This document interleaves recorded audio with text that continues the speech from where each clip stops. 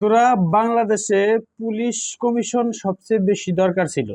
সরকার যেটা অনেকগুলা 6টা কমিশন করলো, পুলিশ সংস্কার কমিশনটা বেশি প্রয়োজন ছিল। এই কারণে পুলিশকে রাজনীতিবিদ নেতারা লাঠিয়াল বাহিনী হিসেবে ব্যবহার করে। তেমনি একটা ঘটনা ঘটে গেছে আজকে।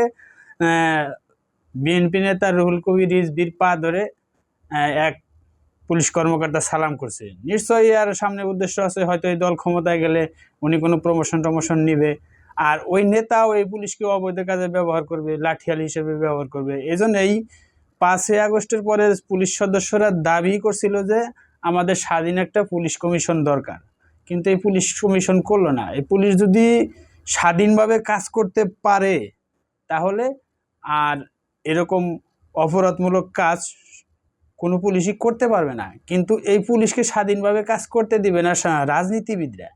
রাজনীতিবিদরা চায় না যে পুলিশ স্বাধীন